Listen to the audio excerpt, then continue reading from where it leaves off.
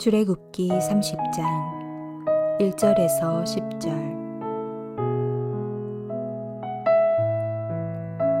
너는 분향할 제단을 만들지니 곧 조각목으로 만들되 길이가 한 규빗, 너비가 한 규빗으로 네모가 반듯하게 하고 높이는 2규빗으로 하며 그 뿔을 그것과 이어지게 하고 제단 상면과 전후 좌우면과 뿔을 순금으로 싸고 주위에 금태를 둘을 찌며 금태 아래 양쪽에 금고리 둘을 만들되 곧 그 양쪽에 만들지니 이는 제단을 매는 채를 꿰 곳이며 그 채를 조각목으로 만들고 금으로 싸고 그 제단을 증거계 위 속죄소 맞은편 곧 증거계 앞에 있는 휘장 밖에 두라. 그 속죄소는 내가 너와 만날 곳이며 아론이 아침마다 그 위에 향기로운 향을 사르되 등불을 손질할 때에 살을 찌며 또 저녁 때 등불을 켤 때에 살을 찌니 이 향은 너희가 대대로 여호와 앞에 끊지 못할지며 너희는 그 위에 다른 향을 사르지 말며 번제나 소제를 드리지 말며 전제에 술을 붓지 말며 아론이 1년에 한 번씩 이 향단불을 위하여 속죄하되 속죄제의 피로 1년에 한 번씩 대대로 속죄할지니라. 이 제단은 여호와께 지극히 거룩하니라.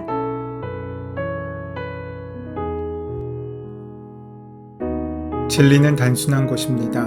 복잡하지 않습니다.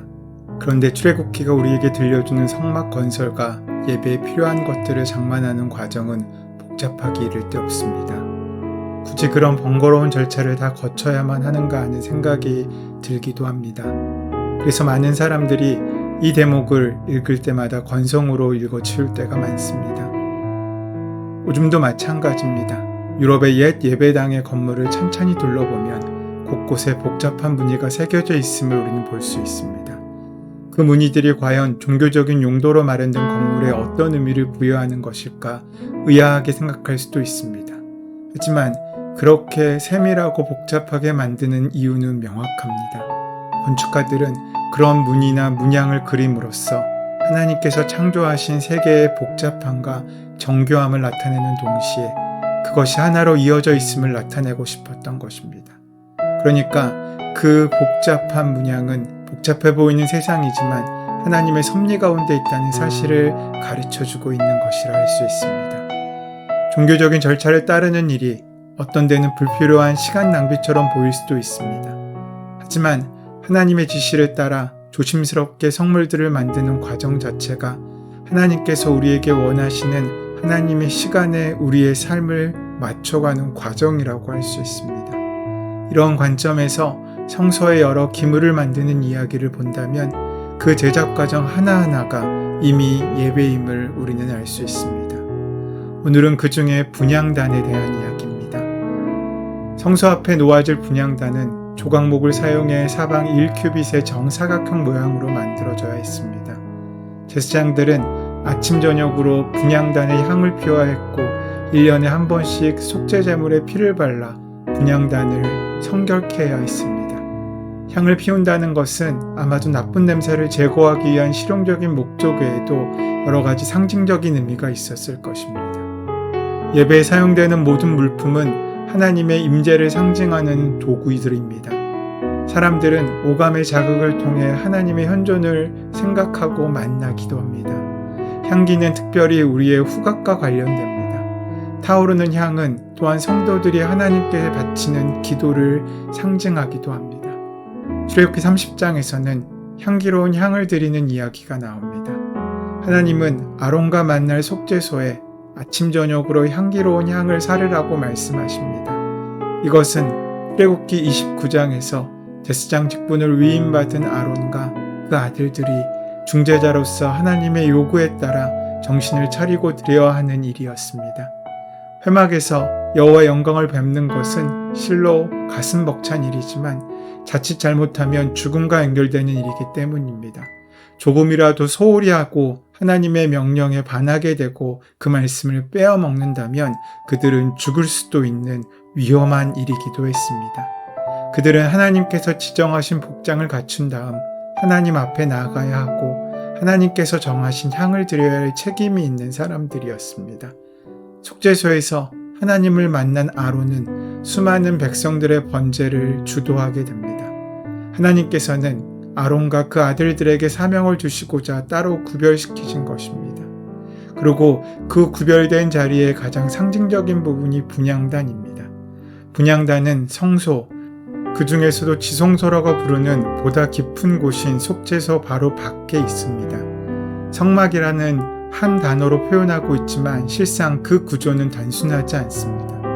성막에는 두 개의 제단이 있습니다. 하나는 뜰에 있는 놋제단이고 다른 하나는 성소 안에 있는 향제단입니다. 놋제단은 제물을 태우는 단으로 예수님의 속죄를 상징한다면 향제단은 향을 태워 하나님께 드리는 단으로 예수님의 또 성도들의 중보기도를 상징합니다. 분향단은 조각목에 정금을 입혀서 만들었고 번제단처럼 4개의 뿔이 있습니다. 성막기구 중에서 오직 2기구만이 사방 모퉁이에 뿔이 있습니다. 구약시대의 뿔은 능력과 지위를 상징하는 도구입니다. 결국 분향단의 뿔은 기도의 능력을 의미한다고 할 수 있습니다. 분향단에서는 피에 의한 제사가 아니라 향을 살라 분향하는 일이 행해집니다. 사실 양이나 소를 태워 잡는 냄새는 독했을 것입니다. 그런데 분향단에서 향을 피워 향기로운 제사를 드릴 것이 요구되었습니다. 그 단을 증거계 위 속죄소 맞은편 곧 증거계 앞에 있는 장 밖에 두라. 그 속죄소는 내가 너와 만날 곳이며 아론이 아침마다 그 위에 향기로운 향을 사르되 등불을 정리할 때에 살을 찌며. 큰 틀로 본다면 이스라엘 백성과 하나님이 만나는 장소가 회막이고 성막이고 또 그 만나는 방법이 제사이며 이 일을 중재하는 사람이 제사장입니다. 그 만남의 장소가 속죄소였습니다. 속죄소이고 회막입니다. 특별히 이 속죄소는 대제사장인 아론만 들어갈 수 있습니다. 이 귀한 책임을 맡은 아론은 더욱더 거룩해져야 했고 조심해야 했습니다. 1년에 한 번 하나님이 지정하신 속죄일에만 하나님께서 지정하신 복장을 갖추고 지정하신 향을 들고 아울러 씻어 그 몸을 정결케 하고 들어가야 합니다. 아론만이 그곳에 들어가서 하나님을 만날 수 있는 것입니다. 다른 사람이 들어가면 죽고 아론도 하나님께서 말씀하신 방법을 따르지 않으면 죽습니다. 백성을 하나님께 중보하기 위해 분향하러 성소에 들어가는 일도 온 이스라엘 죄를 속하기 위해 속죄일의 지성소로 들어가는 일도 혹 죽을지 모를 위험부담을 안고 맡은 사명을 위해 들어가는 것입니다. 그들이 회막에 들어갈 때 물로 씻어 죽기를 면할 것이요 단에 가까이 가서 그 직분을 행하여 화제를 여호와 앞에 사를 때에도 그래할지니라. 이와 같이 그들이 그 수족을 씻어 죽기를 면할지니 이는 그와 그 자손이 대대로 영원히 지킬 규례니라. 분향단이라고 할지라도 1년에 한 차례씩은 아론이 향단의 불로 피를 발라야 했습니다. 아론과 그 자손은 잊지 말고 명심하여 지켜야 할 까다로운 절차들이 많았습니다. 책임 맡은 자에게 부여된 결코 쉽지 않은 일이었다는 것입니다. 제사장들은 언제 향불을 피웠습니까? 향 붙은 제사장이 아침에 등잔대와 등불을 정리할 때와 저녁에 등잔대에 등불을 켤 때 피웠습니다. 이 말은 하루 삶을 시작하기 전에 첫 시간을 하나님 앞에 드려 기도하고 하루의 삶을 마친 후 감사하는 마음으로 기도해야 함을 상징적으로 보여줍니다. 결국 그 말은 항상 기도하되 특별히 매일 기도 시간을 정하여 정기적으로 기도하는 그 마음을 유지해야 된다는 것을 말씀하십니다. 분향단의 불은 반드시 번제단 위에서 피운 불을 사용해야 했습니다. 번제단의 불로 향제단의 불을 피우라는 말은 능력의 기도가 되려면 죄사함의 체험으로 드려야 가능하다는 것을 상징하고 있습니다. 하나님은 깨끗하고 진실한 마음으로 기도하는 그 기도에 응답하십니다. 사람을 의식하는 기도를 주의하십시오. 사람이 맡으려고 향을 만지지 말라는 말은 기도의 초점이 하나님이 되어야 함을 우리에게 보여줍니다. 기독교가 말하는 기도의 가장 위대한 특징은 기도의 초점이 하나님께 있다는 것입니다. 아무리 사람들이 듣기 좋은 말로 감동적인 말로 채워져 있다고 할지라도 그 말씀의 청자가 하나님께서 듣지 않으신다면 그 기도는 헛된 기도일 수밖에 없습니다.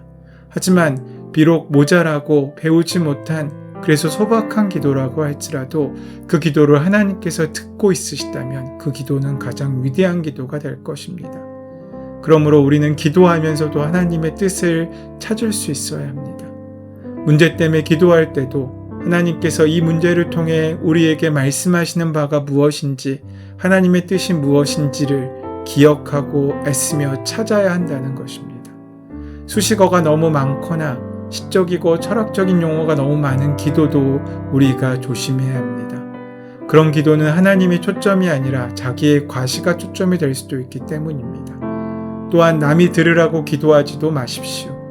어떤 사람의 기도는 기도가 아니라 거의 설교입니다. 그런 기도는 아무런 영적인 효과가 없습니다. 기도의 순수함이 없어지면 응답받는 기도가 드려질 수 없습니다. 그러므로 시간의 기도, 시간의 양의 기도만 드리는 우리가 되지 않고 진실한 마음으로 하나님의 뜻을 찾는 믿음의 기도가 우리 삶 가운데 가득하게 될 때에 우리 삶은 날마다 하나님의 기적과 임재와 보호하신 가운데 거하게 될 줄로 믿습니다. 그러한 기도가 가득한 하루 되시는 복된 삶을 사시기를 소원하고 축원합니다. 은혜의 주님, 우리가 사는 삶이 하나님께서 기뻐하시는 거룩한 향기 있는 삶이 되게 하여 주시옵고, 매일매일 기도함을 통하여 주님께 가까이 나가는 우리의 인생을 통하여 하나님의 임재를 경험하고 동행하시는 은혜와 역사를 누릴 수 있도록 채우시고 함께하여 주시옵소서. 예수 그리스도의 이름으로 기도드립니다. 아멘. 이제 오늘 허락하신 말씀을 함께 깊이 묵상하심으로 오늘 나에게 주시는 말씀으로 만나시기 바랍니다. 우리 삶의 모든 문제와 간구를 하나님께 온전히 맡기시고 함께 기도하는 시간 가지도록 하겠습니다. 함께 기도합니다.